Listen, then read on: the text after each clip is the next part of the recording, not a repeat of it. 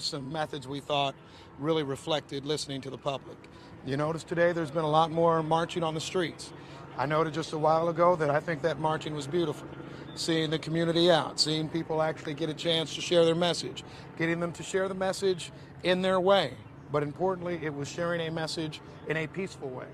This is what this protest needs to be about. And this is what I hope it stays like, right? Where our focus was on sharing a message. I got to spend time in the crowd. I got to kneel down with the crowd. I got the chance to listen to their concerns. Some people angry. Some people, trying to say, I feel like I've never been listened to. Well, tonight is an example of what happens when we listen to you. What happens when the mayor listens to you? What happens when the police listen to you? And I'm proud of the fact that our department, I'm proud of the fact that our city has made this opportunity and has made this forum. And frankly, I'm very proud of every activist out there right now, or every bystander who's come out to see what this is all about. I think we have been able to remember the life of George Floyd. We've been able to talk about the struggle that we have in creating equality. And I think it is something that has been amazing to see. I will say importantly, I hope it stays that way. Last night, we already had some trouble by this point. Last night, we already had those reports of things being thrown, back and forth, disbursements, all of that. We're not seeing that right now, and I'm proud of it. And I'm proud of our protesters. I'm proud of my police officers. I'm proud of Kansas City. And so I think that's what I'll start with. I'm happy to answer any questions you might have. It's 8 o'clock and there's still a huge crowd over there. Sure. What do you expect to happen? I mean, a lot of these people have said that they're not going to leave. Sure. I mean, I think what I would say is this. If people are here peacefully right now, if we can keep this sort of situation the way it is, where people are just talking, where people are just chanting, where people are just expressing themselves in a safe, nonviolent, peaceful way, I don't think we'll have any problems tonight. And I think that what we wanted to say, what we said when we talked about our curfew order tonight, was just very simply this. Our goal is to make sure that we keep our crowds low, and I think our number is very calm, and I think we also wanted to make sure that people were staying peacefully. What we don't want to do is have to do all these things, declare an unlawful assembly, do all that sort of stuff. No, we don't want to get to a point where everybody's already fighting.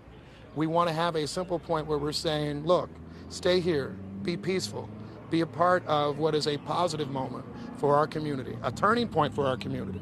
I mean, let me just be honest. Just yesterday evening, right? And I heard it all day. People were saying, well, why don't you let people walk in the streets? Why don't you let people get out there? Why don't you let people express themselves more? And this department, and in all of our conversations, we said, you know what, why don't we find a way to let people be more expressive? And so frankly, this is the progress that you can see when people's voices are heard. And so we've heard your voices. Let's make sure we can keep hearing your voices. A voice is not a rock thrown at somebody. A voice is not some sort of conflict, violent conflict.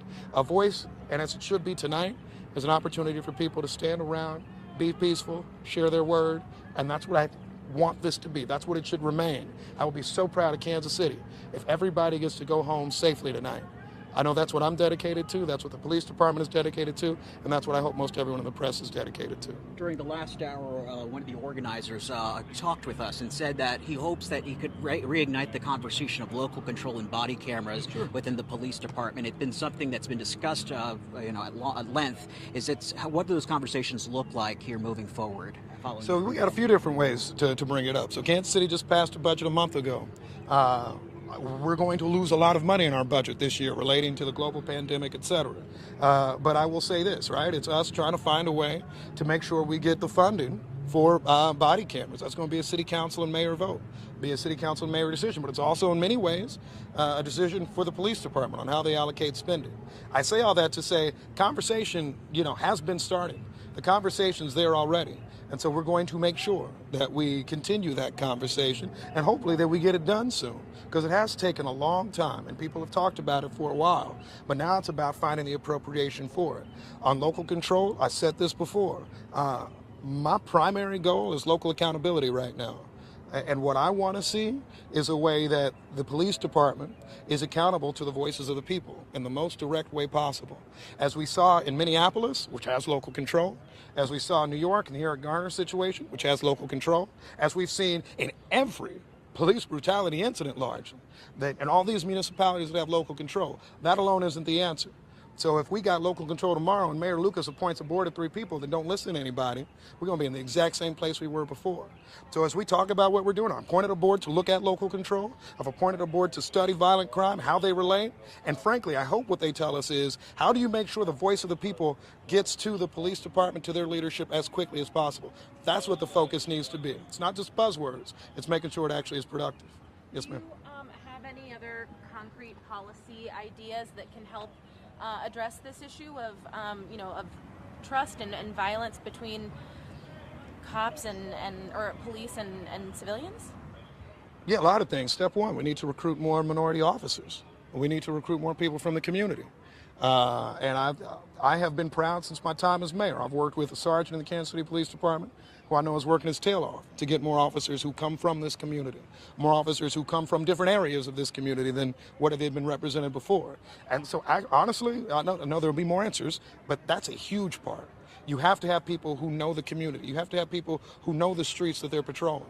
And so that to me is probably the biggest thing we can do beyond bells and whistles. Certainly, we need to make sure that we continue to step up training for diversity, training for almost everything, de-escalation, right? We need that not just in Kansas City, but in a lot of departments.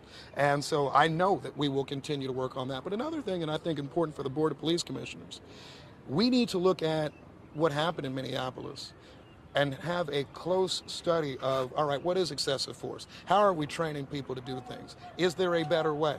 We need to make sure we do that consistently. And these are steps, these are things that we can do from tomorrow. And that's why I think it has been so important to listen to people. I was in the crowd before, I didn't get to stay as long as I wanted, but nevertheless, it was this thing of, yeah, I got to hear a lot of good ideas.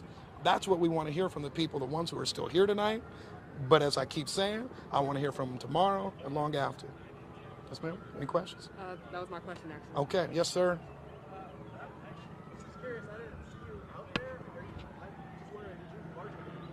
I was out there earlier.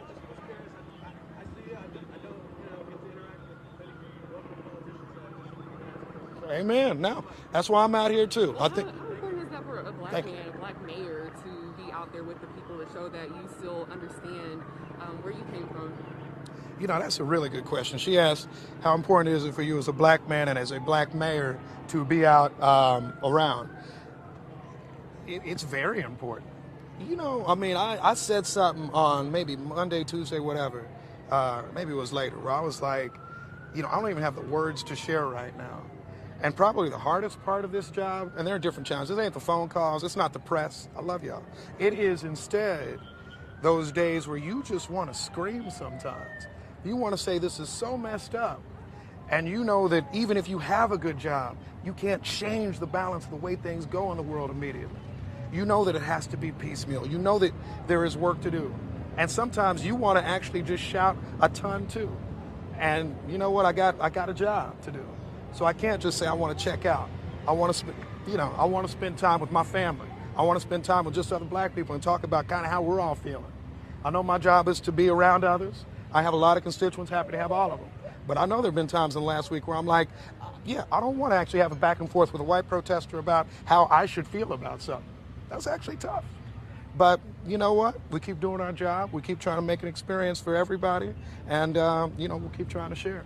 Do you feel like there is more weight on your shoulders, just the fact that you are black? Yeah, absolutely. This is like a race situation? Absolutely, there's more weight on my shoulders in connection with this, right? I mean, folks always will judge what the mayor does in a situation. But yeah, if you're the black mayor that is harsh to protesters or doesn't understand something, then I'm sure people will be like, you sold out your community.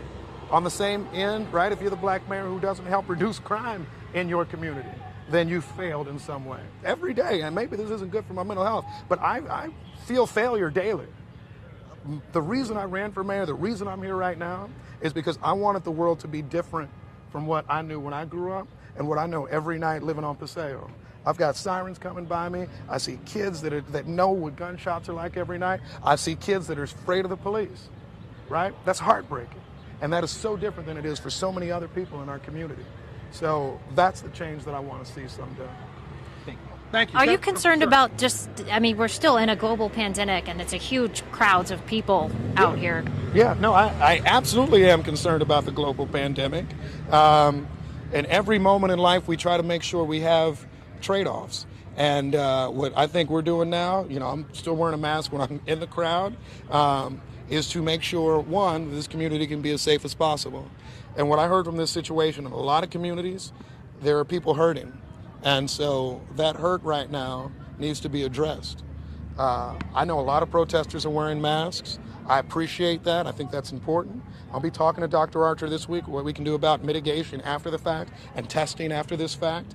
But no, I'm absolutely concerned. I don't think that problem ends with protest or a set of protests. And some people have been saying, "Oh, y'all never cared." See, no, we do, but we also care about protecting and saving Black lives.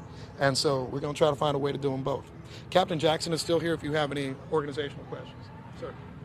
Can you give us an update on arrests and how is it going now that it's 8 p.m. and the curfew is in place? Yeah, so the curfew is in place, but with a lot of communication and going back and forth, I think that we would take this all night long. I'm not saying that at some point we wouldn't enforce the curfew, but right now we're kind of playing this by ear, letting this see how this goes.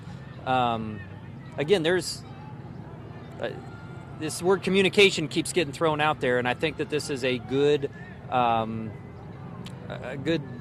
lesson or a good reflection of that communication, and that's what we've been doing. We've tried to listen to what the protesters want. We've tried to listen to what some of the organizers want, what some of our elected officials want, and what the police need, your business owners and all that kind of stuff. So, yeah, I think that we would take this right now. I think that the way this is going right now, we hope it stays like this, and we'll go on to evaluate this. Even if they start marching again on some of these streets that are supposed to remain open? Yeah, just to be clear, they are marching right now. So they're around.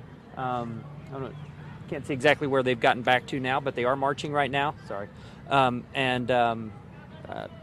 I said, it's a peaceful march. So, we're trying to evaluate this. We're trying to watch this for the totality of the circumstances. We're trying to act reasonably, and try to make this like we've been talking about for the last 3 days. Can you give a guesstimate of the size of the crowd today? Yeah, it's a little bit hard when they break up. And last night I think that they broke up a little bit more. Last night I would say 1,000, a little over 1,000. Today was probably closer to about 2,000 when I got down here, or when it really kind of kicked off. Based on how many people I could see in the park, I would say closer to 2,000, 1,500, 2,000, something like that. Any more arrests in the last hour? Nope. Things are going great. Hey, thanks a lot. Okay. So you just heard from the mayor and from KCPD. It is 8 p.m. That curfew is in place, but as long as things remain peaceful, they say that the protests can continue. There's still quite a big crowd. I don't know if we can we can't show you over here because the way that we are, but there's still quite a huge crowd of people. They are marching. There is a huge crowd that's stationary by the J.C. Nichols fountain.